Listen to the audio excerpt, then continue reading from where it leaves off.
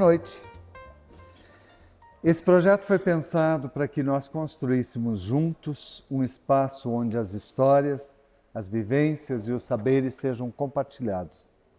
Conduzido por duas vozes que vêm de tempos diferentes.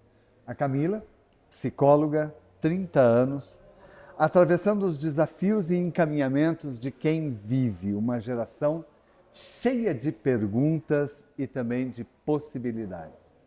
E o Marco Aurélio Alves, psicólogo, ativista cultural, com uma trajetória imensa e marcada pela paixão pelos projetos e pela inquietação que ele tem e pela dedicação em todas as iniciativas que ele se dedica. E para completar a equipe chega o Thiago Couto, no audiovisual. Um grande profissional e artista que se divide entre Porto Alegre e a Serra Gaúcha, mostrando a força da imagem na composição desse projeto. Seja bem-vindo, Thiago. E o Narrativas é esse espaço de encontro de vozes que busca instigar, promover e inspirar, sem nenhuma pretensão de trazer para cá nenhum tipo de respostas pré-definidas, muito pelo contrário, mas sim muito acolhimento, muita escuta e curiosidade. Em cada encontro, nós vamos ter um convidado especial para trazer uma perspectiva única a partir da sua experiência de vida, da sua profissão e da sua caminhada pelo mundo. Então a gente vai abordar aqui os mais diversos temas, seja a terceira idade, a adolescência, que a gente teve na semana passada, inclusive, pets com o Vitor hoje, saúde mental, estilo de vida, alimentação, porque a vida em si é múltipla.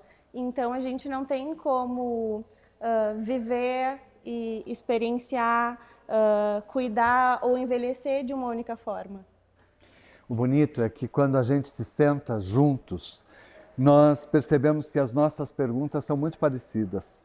Afinal, nós estamos vivendo, de alguma forma, o desafio de ser gente num mundo que está em constante transformação.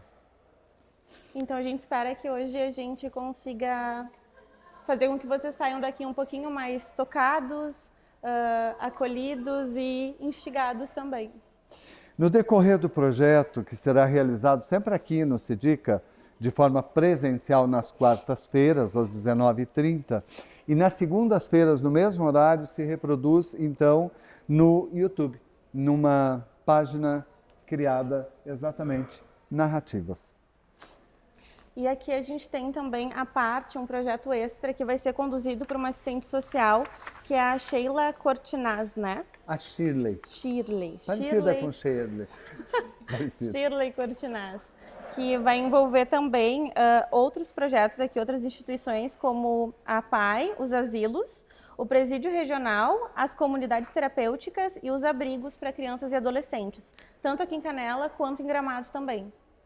Essa é uma promoção do Instituto Brasileiro da Pessoa, com uma realização do Psicult, Centro de Humanidades e Habilidades, com apoio do Jornal Nova Época, do Sidica e o financiamento do Fundo Social Sicredi Pioneira. Eu esqueci de alguém, Camila? Não, né? Não, acho que que não. bom, hoje eu não esqueci. A gente agradece a vocês que estão aqui com a gente nesse momento frio, né? Hoje já não tão frio quanto estava semana passada. Estava muito frio semana passada. Estou preocupado com o nosso convidado, que daqui a um pouco ele vai congelar. Então, nós vamos apresentar o convidado, então. É com muita alegria que a gente dá as boas-vindas ao nosso convidado de hoje. Ele é filho da Dona Maria e do seu Deoni Cassola, que muitos serviços prestaram para a nossa comunidade rural.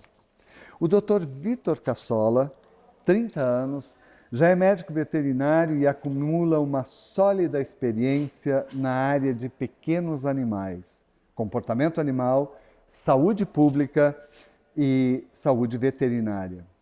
Graduado pela Unijuí, o Vitor tem se destacado não apenas pelo seu conhecimento técnico, mas também pela sensibilidade e o cuidado no trato com os animais e um diálogo fraterno com os seus tutores. Atualmente, ele dirige a clínica de mesmo nome, Vitor Cassola, que até o final deste ano estará numa moderna e ampla sede, onde os pets, os tutores e os profissionais que atuam na clínica vão ter todo o conforto que merecem. No momento, o Vitor aperfeiçoa os seus conhecimentos, fazendo uma pós-graduação em oftalmologia veterinária. Só isso já é um grande mérito. Investir na profissão ao ponto de, mensalmente, se deslocar para São Paulo para fazer uma pós-graduação e assim melhor atender a sua clientela. Hoje ele vem aqui compartilhar um pouco conosco das suas reflexões importantes sobre os vínculos afetivos entre os humanos e os animais, os cuidados essenciais com os pets, trazendo uma perspectiva ética, atualizada e apaixonada pela vida animal. Boa noite, Vitor. Boa noite, Marco. Boa noite, Camila. Muito bom estar aqui com vocês e tratar desse assunto que geralmente não é muito falado, né, que é a saúde mental, principalmente dos tutores, né, que é tão importante na rotina do tutor e na nossa rotina como médicos veterinários. Legal. E a gente vai começar então as perguntinhas para ti. E é cada vez mais comum a gente ouvir o termo pais de pet, né? Eu, inclusive, sou mãe de 2 pets. Minha mãe também, né? Tu já conhece eles. Vó de pet. E então é muito comum hoje a gente ouvir isso e está cada vez mais frequente também. É inegável o vínculo que se tem entre o tutor e o pet hoje. O que há décadas atrás a gente nem conseguiria imaginar que teria essa proporção, né? Sim. Mas como é que isso se expressa para ti, esse vínculo afetivo tão grande, né? Dentro do teu dia a dia no consultório?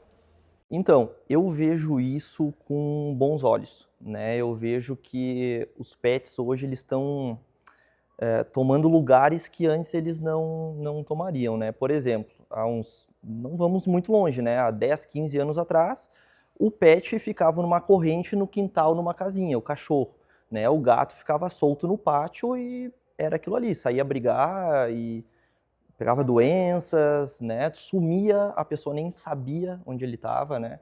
Hoje em dia já não, hoje em dia a gente já tem outro olhar para isso, né? Que é a questão do gato, que a gente já orienta que ele tem que ficar dentro de casa, a gente já tem outros cuidados, né? Os cães também hoje cada vez mais próximos.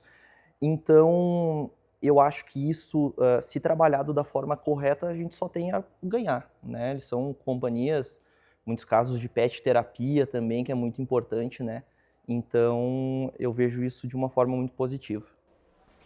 A psicologia considera o fenômeno dos pais de pet como uma manifestação de vínculo emocional entre humanos e animais, onde os pets são tratados como membros da família, recebendo cuidados e afetos semelhantes aos dispensados pelos filhos.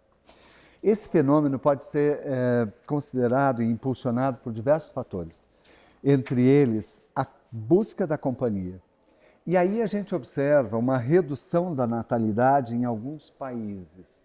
E aí um enfrentamento também à solidão.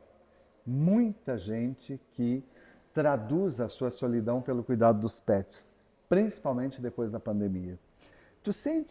Como é que tu sente esse impacto nos animais? Então, Marco, a gente tem que cuidar muito dos nossos pets, porque a gente tem aquela tendência a humanizar eles, né? Então, com toda certeza, o pet ele vai ter um impacto direto na criação e na proximidade com o seu tutor, né? Não estou aqui dizendo não tenha o pet próximo, não viva com o pet, porque eu tenho os meus e eu vivo com eles, eu durmo com a minha gata, então é um contato muito próximo. Mas a gente tem que saber impor limites, né? E eu acho que os limites, tanto com o ser humano para o pet, com o ser humano com outro ser humano, é muito importante para a gente entender que o pet, de fato, ele não é um ser humano, né? Ele tem as necessidades deles e a gente precisa respeitar isso. Pois é, porque, segundo a psicologia vê nesse momento, o pet, muitas vezes, ele está sendo usado como uma estratégia de redução da solidão, de companheirismo, mas de estímulo ao instinto parental. Ao invés de eu tenho um pet. Bem-estar emocional, que é uma das características mais fortes das pessoas que são pais de pets, que são tutores de pets. E aí tem um fator que é muito importante também, que é o aumento da autoestima desses pais de pets, né?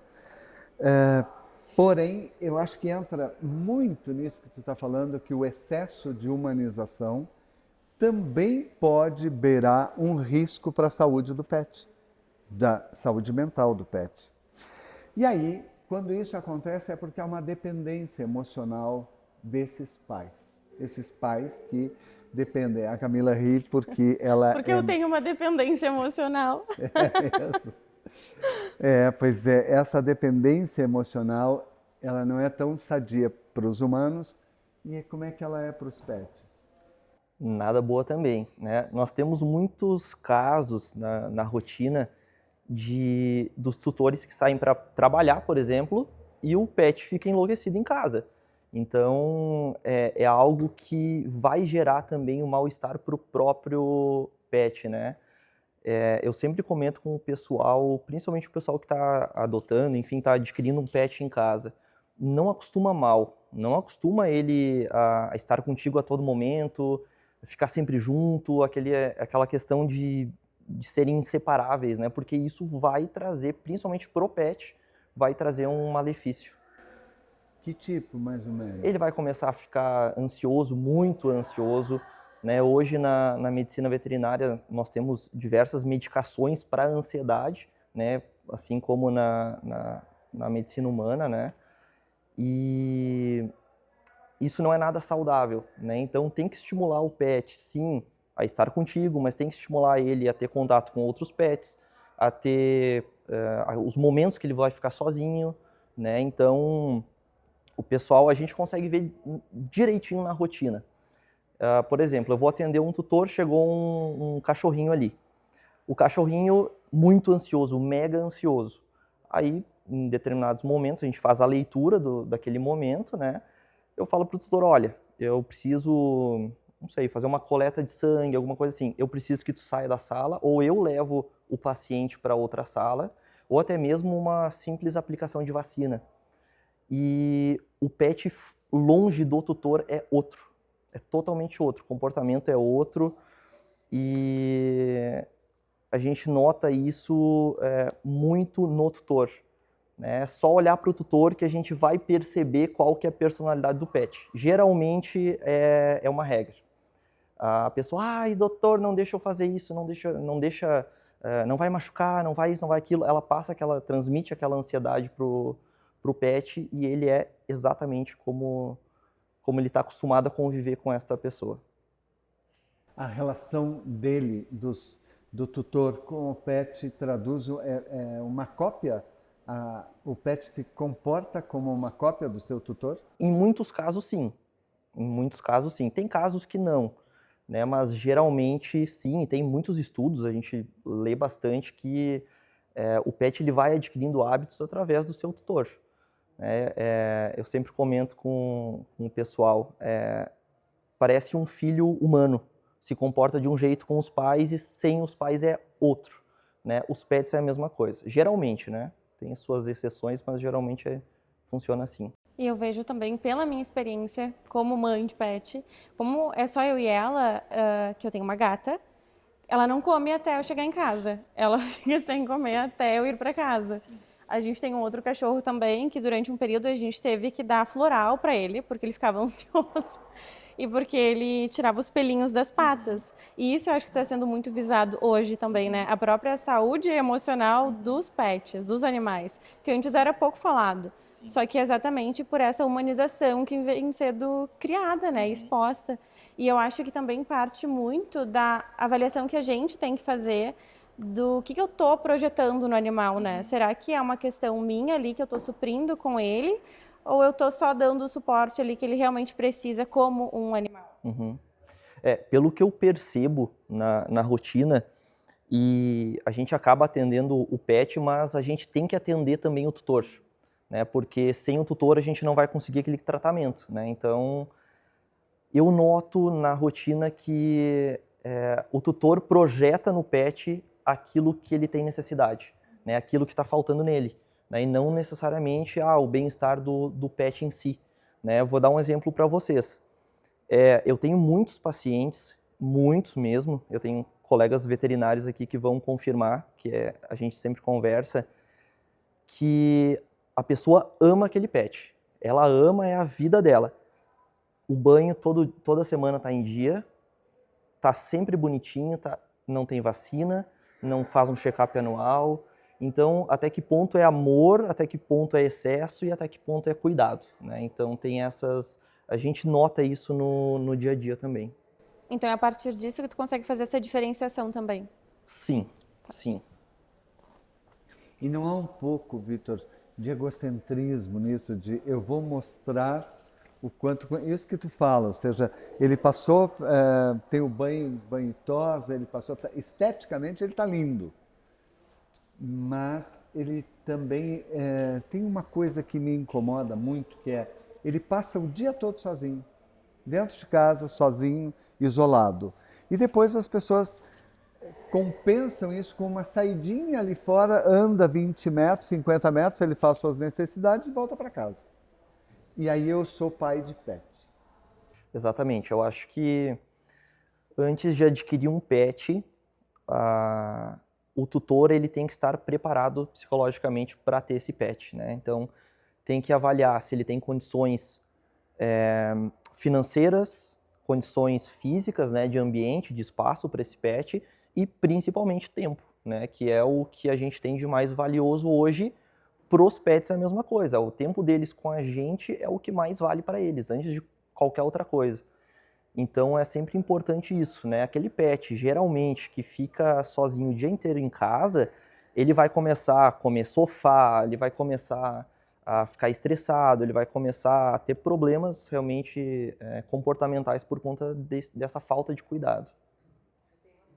Tá, já vamos abrir. Eu convido vocês, aqui tem um café que foi gentilmente preparado pelo pessoal da casa e aí no final a gente vai abrir uma rodada de perguntas com vocês. Guarda a pergunta. Tem uma... Anota aí. Anota. Tem uma amiga que diz assim, ela sempre tem uma expressão que ela diz, no final da noite tu me conta quantos amigos te restaram. E essa minha pergunta para ti agora é essa de perder amigos. Vitor, eu percebo, no lugar onde eu moro, em Porto Alegre, as pessoas, os pets se relacionam. Então eu percebo muito isso, conversando com o pet, mas não olha para a pessoa que está à frente dele. A pessoa não existe, ela tem... E aí fala, ai, tu tomou banho, tu conversou, e conversa, e conversa, e conversa, e a pessoa está ali, na sua frente. Como é que tu vê isso lá no consultório? Olha, no consultório em si não acontece com a gente, né? Porque, afinal de contas, a pessoa precisa falar comigo para... Ela tem que falar comigo, não tem como. Não basta o pet falar contigo. Mas na rua a gente vê bastante, é muito comum. A pessoa chega, ela conversa com o cachorrinho passeando na rua, ela vai ali, conversa com o cachorro, faz carinho no cachorro e não olha para a pessoa que está com o cachorro, né? Isso é muito comum. E eu vejo isso como, não sei, a sociedade se comportando de uma forma diferente hoje em dia, né? Se reestruturando. Mas é que vem sendo também, acho que uma inversão de valores, né? Tu vê hoje animais que têm uma qualidade de vida, inclusive, melhor do que muita criança por aí. Que tem um closet de roupas, que vai para escolinha, tem escolinhas de pet, tem... isso, em certo ponto, eu acho que é até legal. Porque, querendo ou não, para os tutores se torna fácil um adestramento, por exemplo, para manter dentro de casa. Só que algumas questões eu acho que excedem um pouco. Então, o que tu acha dessa questão? Eu acho a questão da humanização, né? Eu acho que a gente tem que pensar, antes de mais nada, no bem-estar do pet, né? Então, se a gente estiver fazendo em excesso, mimando, digamos assim, né, tendo um excesso, isso vai se refletir no comportamento dele e vai trazer malefícios para a saúde dele, né? A questão, por exemplo, da escolinha, né? Escolinha, creche, eu vejo isso com bons olhos, né? Porque ali o pet ele vai ter o contato com outros pets, que geralmente em casa ele não tem, né? Então, Eu acho que isso é importante, esse convívio com outros pets, até para ele ser um pouco mais, por exemplo, um cachorro, né? Ele ser mais cachorro. Porque ele vai estar com outros cães, ele vai ter um comportamento que os outros estão ali manifestando. Em casa, não. Em casa, ele vai ter o nosso reflexo e ele tende a, claro, com as particularidades, mas ele tende a ficar mais humanizado, né? Até por falta de contato com outros pets. Tem a situação que eu vi em Porto Alegre. No viaduto da Borges de Medeiros, um rapaz todo machucado, todo cortado, assim, que eu não sei o que tinha acontecido com ele. Mas eu vi ele no primeiro dia e ele estava ali, sentado, debaixo do viaduto. No segundo dia ele estava ali e já tinha um pet, um filhotinho. No terceiro dia já tinha o pet, um filhotinho e ração, bastante ração. No quarto dia aquilo estava muito infectado já, né? Ele já estava todo mal. Dava para se perceber que ele estava com muita febre e eu parei para conversar com ele e ver se ele precisava de ajuda. Ele me disse que não, porque as unidades de saúde não aceitariam o bicho e que para ele conseguir ajuda só com o bicho. As pessoas não parariam ali para oferecer para ele alguma coisa para ele comer. Mas ele me mostrou uma mochila com sanduíche, com pizza, com vários outros produtos ali que as pessoas tinham deixado para o pet. E algumas com a observação que ele não fosse comer aquilo porque era para o bicho, não para ele. Essa desumanização, o excesso de atenção, porque é óbvio que esse pet merecia cuidado, mas é óbvio que aquele rapaz também precisava de cuidado, né? No dia seguinte eu vi ele sendo recolhido por uma ambulância da SAMU e a ambulância da SAMU já tinha um lugar específico para transportar os pets, porque os moradores de rua em geral não aceitam sair daquele lugar se não levar o seu pet também. Tu vê essa substituição da solidariedade humana pela solidariedade animal? Muito, muito. A gente tem até nessa questão das enchentes ali, né? Teve muitas pessoas que eu vi comentários falando, tem que salvar os animais, e muitas vezes não as pessoas que estavam junto com esses animais, né? Eu acho que a gente tem que salvar todos, né? Não uma pessoa, não... a gente costuma dizer, né, que os animais, a gente gosta muito mais dos animais, porque os animais, eles não mentem, eles não... né, tem uma série de coisas.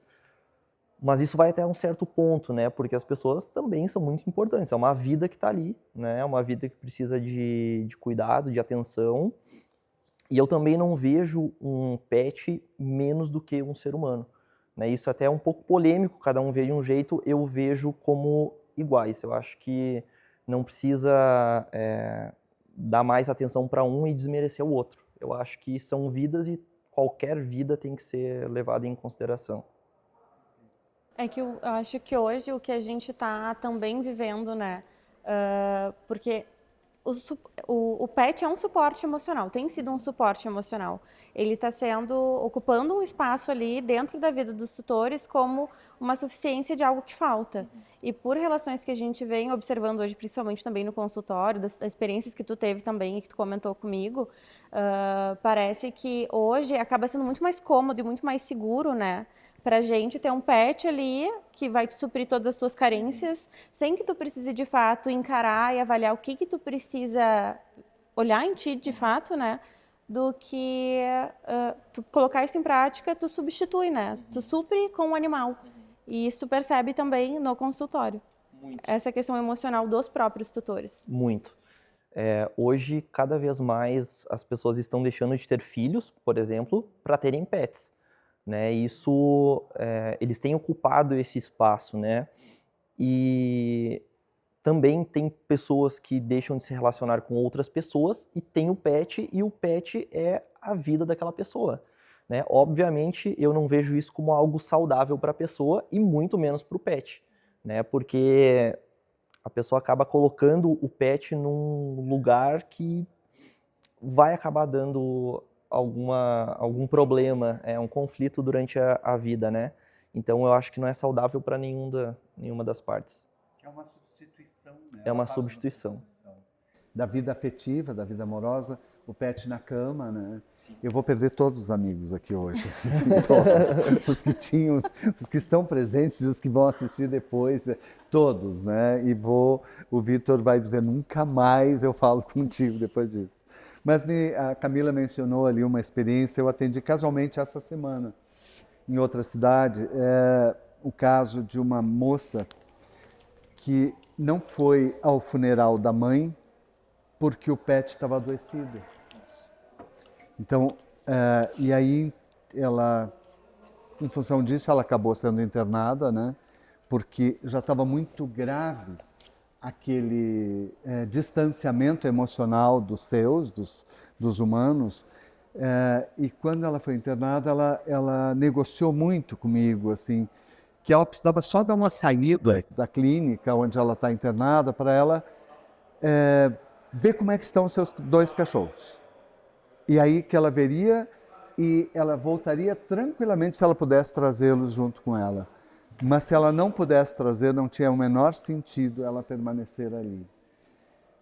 Depois, conversando com um familiar, ele me disse, isso vem de muito tempo. Então ela trocou inicialmente o companheiro, porque o companheiro chamou a atenção de um dos pets. Depois a mãe adoeceu e ela não tinha tempo para ir visitar e terminou com esse limite, né, que excedeu todos os limites de não ir ao funeral da mãe em função disso.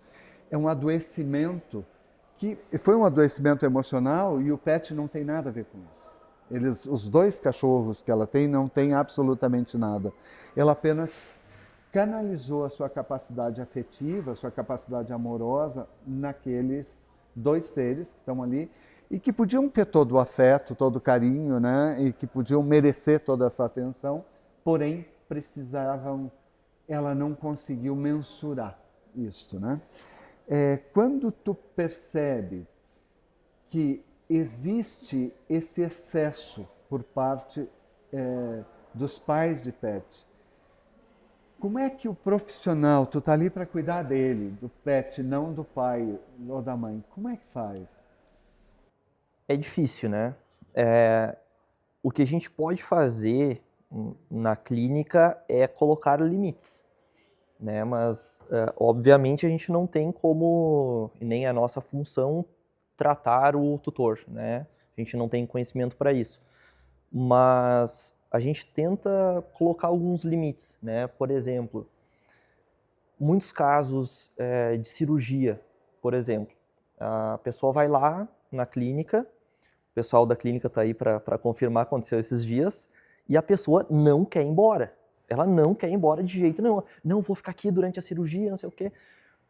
A gente chega e a gente fala, olha, ela só vai ser liberada depois das 5:30 da tarde. Não adianta ficar aqui. E eu sou uma pessoa que eu acredito muito em energia.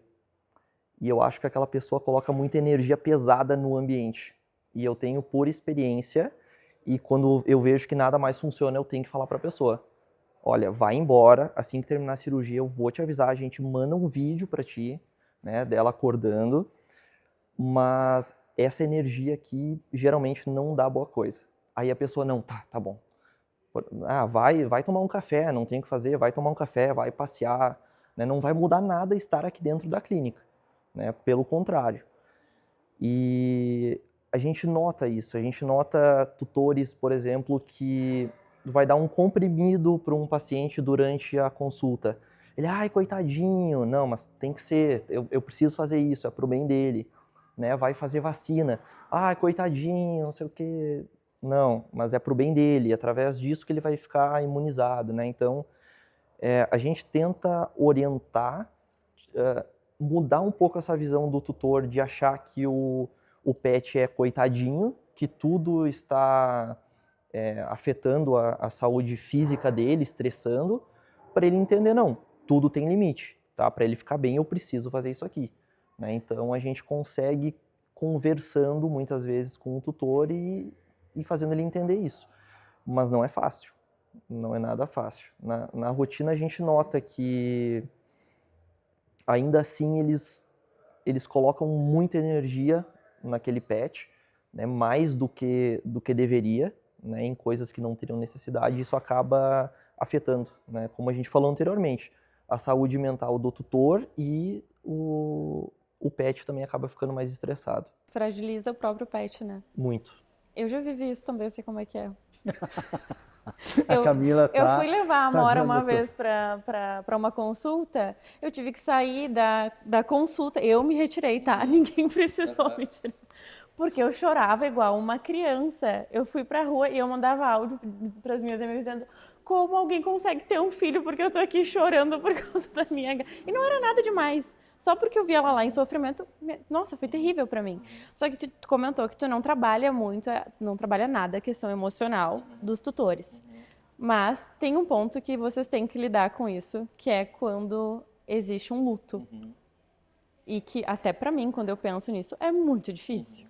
Como vocês contornam isso? Só um parênteses da questão anterior, é aquela velha história, faço o que eu digo e não o que eu faço, né?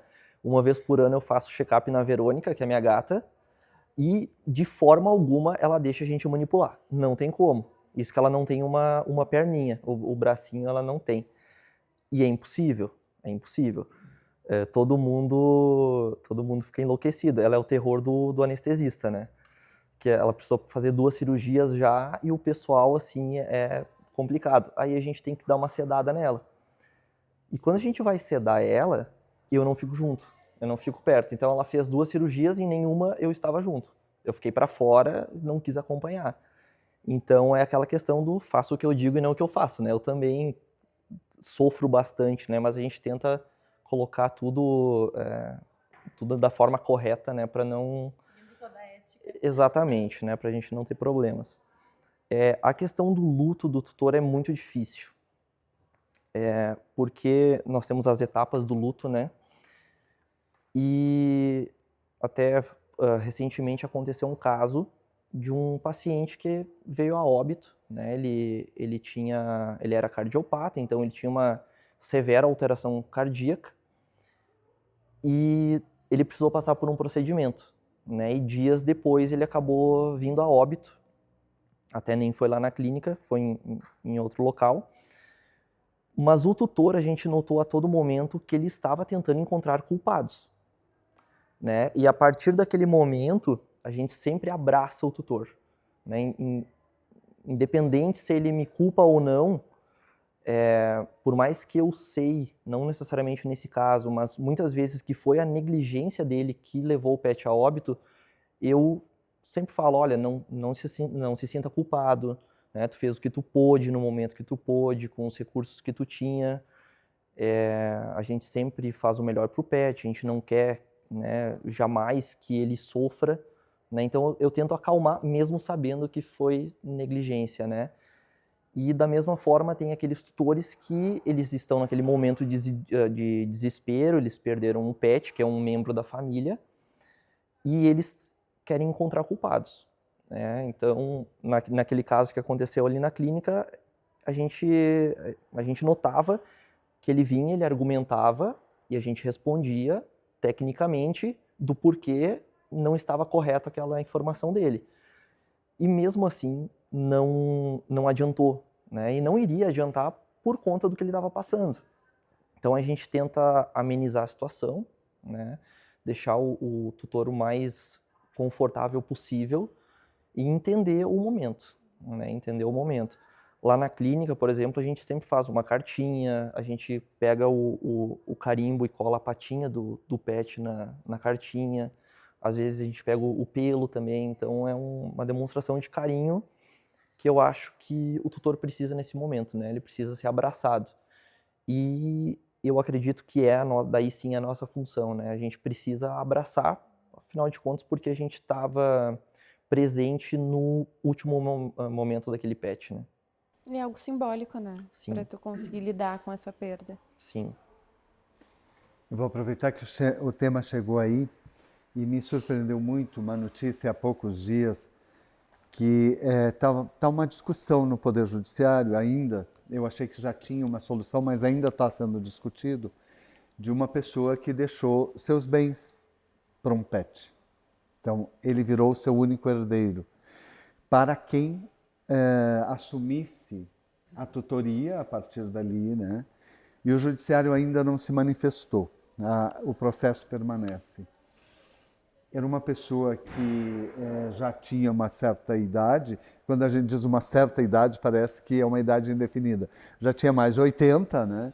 E essa tutoria, a partir dali, ela definia quais eram os critérios. O que a pessoa, no seu testamento, a pessoa deixa que tipo de tutoria deve ser. Então, o que ela deve fazer diariamente, mensalmente, e encarrega o Poder Judiciário de fiscalizar essa atuação.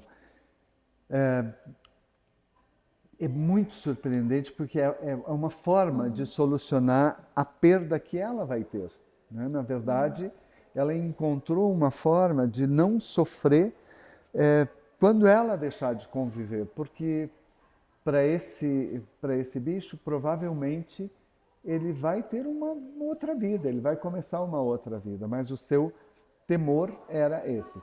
E eram muitos bens. E teve alguém que sugeriu que então fosse doado a uma instituição, a um lar de idosos, que poderia adotar, mas o testamento não fala em instituição, fala em pessoa que assumir. Então colocou o judiciário numa situação bem complicada. Quando vocês falam no luto, eu acho que essa é uma forma de estender o luto para o patrimônio, né? De manter o luto por um longo tempo. E aí a gente volta naquela questão que nós estamos... Perdão, só o luto daí do pet pelo seu dono, que no cinema aparece esse luto também de uma forma muito constante. E a gente volta naquela questão da humanização, né?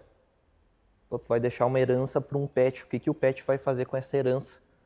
Né? Por mais que alguma pessoa vá adotar o pet, vai tomar conta, tá ficando com a herança de alguém, né? Então, não é passada para a família humana, é passada para o pet, que é família também, mas é um pet, né? Então, isso a gente tem que saber separar para continuar sendo algo saudável, né?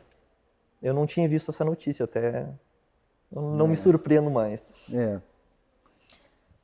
Eu fiquei pensando agora também, vocês falando aqui. Quando minha reflexão, sou leiga em veterinária, não entendo, mas eu lembro quando eu era pequena também, tinham pouquíssimos veterinários na cidade. Era eu acho, que a gente tinha aqui. E agora cada vez mais vem se ampliando também dentro da veterinária, outras especializações, outros cursos, enfim. E a demanda de vocês está cada vez maior por consequência disso, né? Desses cuidados que vêm sendo solicitados aos pets. Então isso também tem um impacto muito grande dentro da tua carreira, da tua profissão. Como é que tu percebe isso? Essa alavancada que tem sido dada? Eu noto que a responsabilidade hoje ela é muito maior, né? Porque hoje, tanto nós profissionais como as pessoas de modo geral têm muito mais acesso à informação. Então, a nossa responsabilidade aumenta muito, né? Nós temos que dominar a técnica para conseguir fazer um bom trabalho. Porque senão também, além de não ajudar o paciente, vai chegar o tutor lá, ó, eu vi no Google que tem isso, isso, isso, isso. Aí tu vai ter que saber para... Pesquisei no GPT. Hoje Esse é o diagnóstico hoje é o GPT. dele. Hoje é verdade. Sim. Hoje é isso que acontece. Às vezes eles vêm nos tirar dúvidas com base nessas fontes. Então, nós temos uma evolução muito grande da medicina veterinária, né? Hoje em dia, por exemplo, quando eu falo que eu estou fazendo oftalmologia, tem muita gente, nossa, eu nem sabia. Né? Então, a gente tem uma série de especialidades hoje dentro da medicina veterinária. Né? Tem o oftalmologista, o cardiologista, o endócrino, o dermato, tem tudo. Tudo que tem na medicina humana quase tudo tem na medicina veterinária, inclusive questões estruturais, né? A única questão que eu acho ainda que nós estamos patinando bastante é na questão de estrutura, né? Porque muitas pessoas têm o pet como um filho, mas ainda assim não valorizam o médico veterinário como um médico, né? Então, isso a gente ainda tem dificuldade, né? Não são todos, obviamente, a gente tem muito mais consciência hoje em dia, mas a gente ainda luta bastante com isso.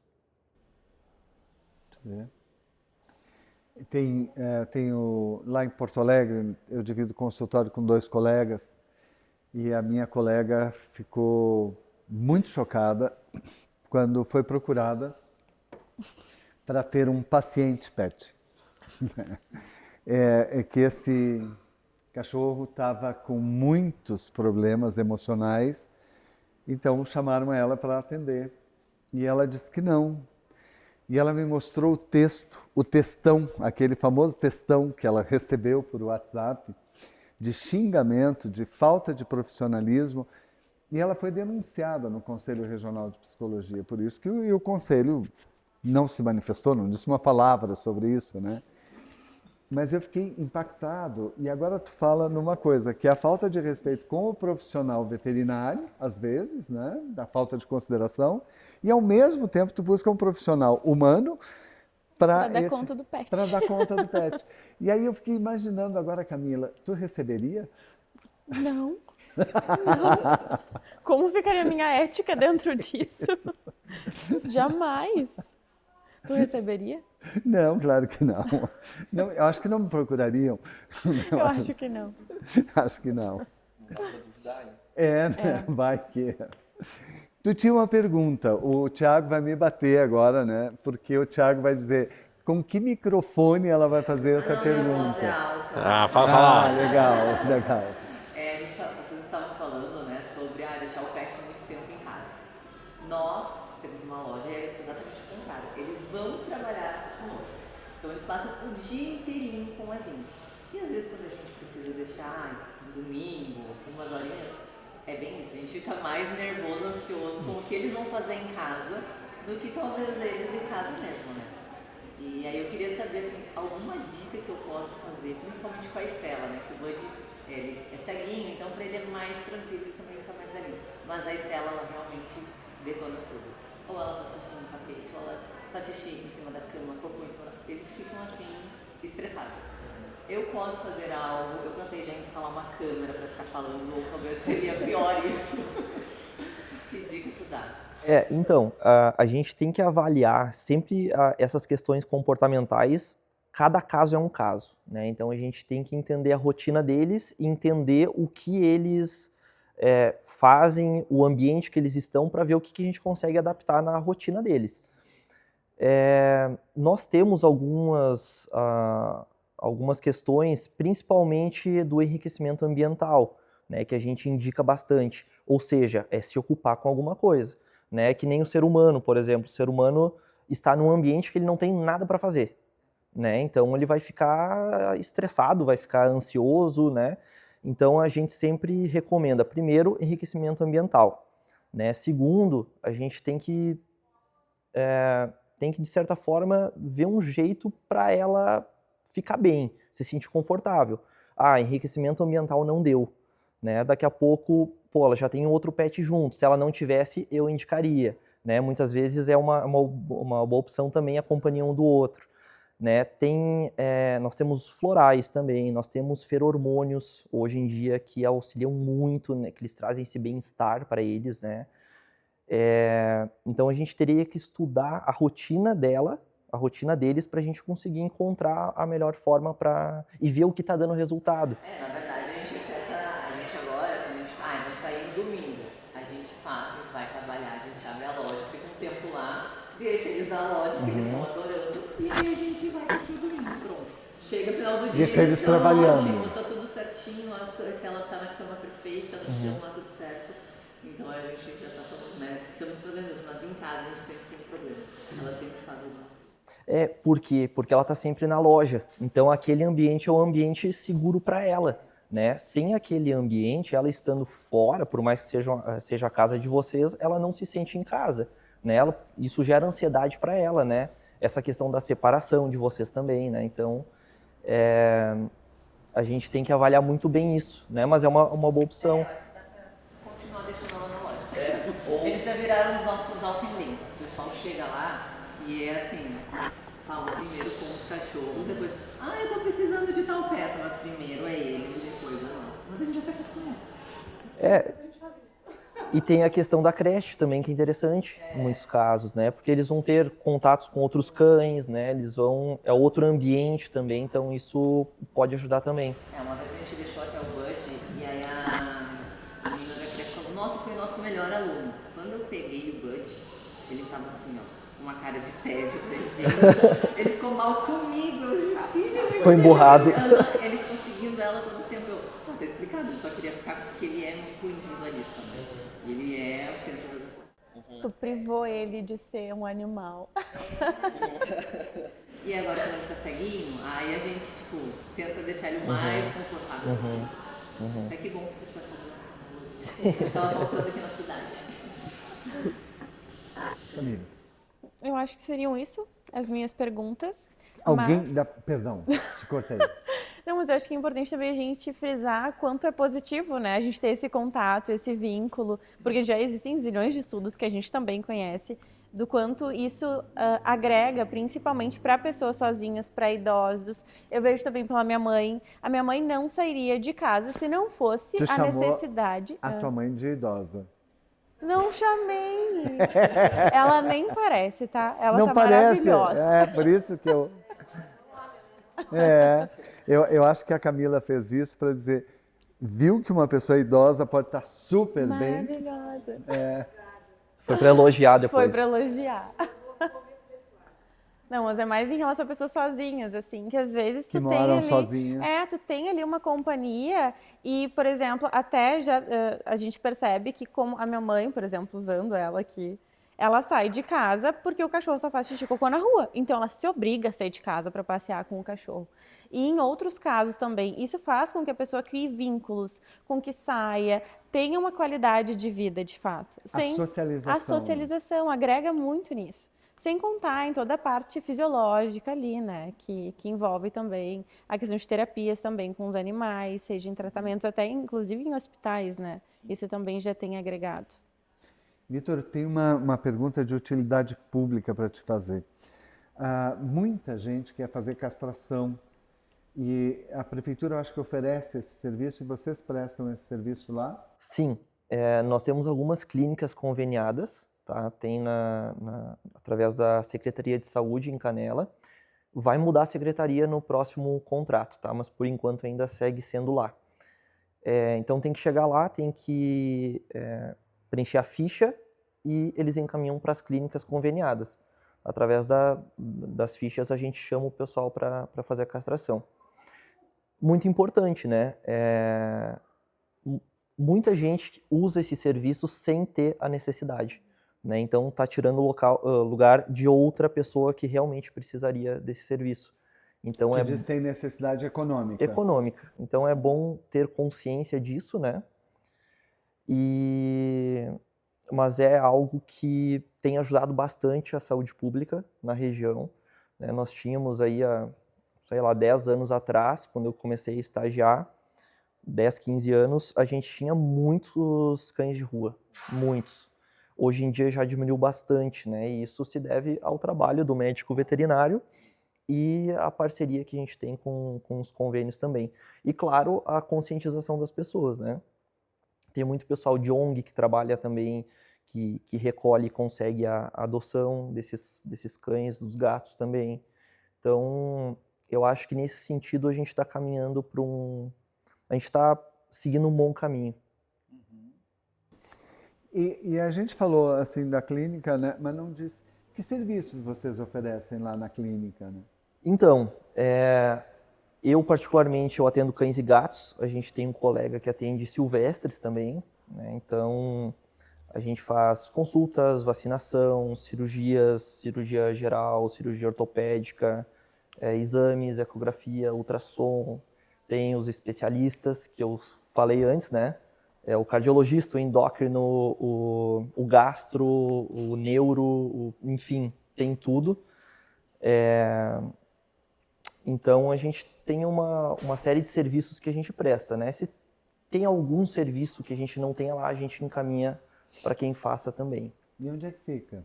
A clínica fica no centro, tá? Próximo ao centro de feiras. Uhum. Tem a feirinha, na frente da feirinha.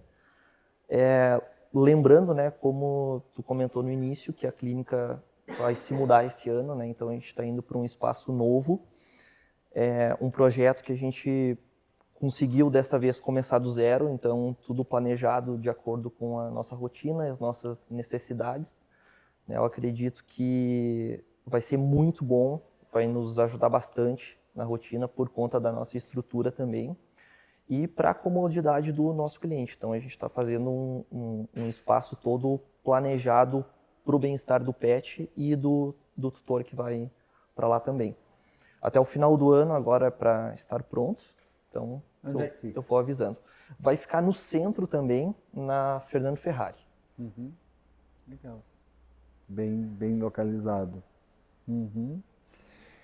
Nós temos hoje aqui a presença do Nicão Duarte. O Nicão, jornalista, que atuou já no Diário Catarinense, Zero Hora, Correio do Povo, e que se junta a esse projeto agora.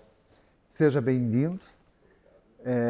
Nós estamos compartilhando as nossas canecas. E essas canecas chegam, né, Tiago? Então, já os apresentadores têm. E a gente hoje aqui fez uma ação que foi: o entrevistado recebeu o presente antes de dar a entrevista. Normalmente é no final que as pessoas recebem, né? A gente discutiu a relação, eu e a Camila, durante horas. A gente não ia deixar ali tomando café num copo de plástico, né? Até o final Um dilema. da entrevista. Então, no final, eu e a Camila vamos entregar para o Vitor a sacolinha para ele levar a caneca. Só a caneca já está com o nome dele, né? Já consta o nome do Vitor, com o logo do programa, para ele não esquecer que ele esteve aqui. Então, agora a gente faz a entrega, né, Camila? Coloca aqui dentro. A gente pensou em 1000 possibilidades do que colocar aqui dentro. Inclusive da caneca do Thiago, que ele ganhou hoje para o Vitor tomar. Essa foi a primeira proposta que eu tive, foi dar a caneca do Thiago, né? Vamos fazer. Não vai aparecer. Então, tu faz a entrega? Faço. Vitor, muito obrigada pela presença. Eu que agradeço. Aproveita a caneca. Obrigado. Valeu. Obrigado a vocês pela presença, foi um prazer ter aqui a equipe da clínica. Muito obrigado, Thiago, pelo trabalho, pela repercussão que já teve o nosso programa da semana passada. E a gente convida vocês para que quarta-feira que vem, às 7h30, estejam aqui conosco para ouvir a Simone Dinibier, psicóloga lá de Gramado, filha do ex-prefeito Nelson Dinibier. A Simone é uma profissional de muita qualidade, de alto nível, e nós vamos conversar sobre as crenças limitantes. Hoje, quando a gente estava falando aqui, eu pensei, olha, uma crença limitante, outra, né? Então, o assunto provavelmente vai voltar a semana que vem. Muito obrigado, Nicão, muito obrigado a todos vocês que estão conosco nessa noite, em especial a mãe da entrevistadora que aqui está. Foi chamada de idosa, inclusive. Isso acerta tá aqui com ela acompanhando, vê, né? Porque uma mãe idosa sempre pressupõe um filho idoso também. Muito obrigado, boa noite e até semana que vem.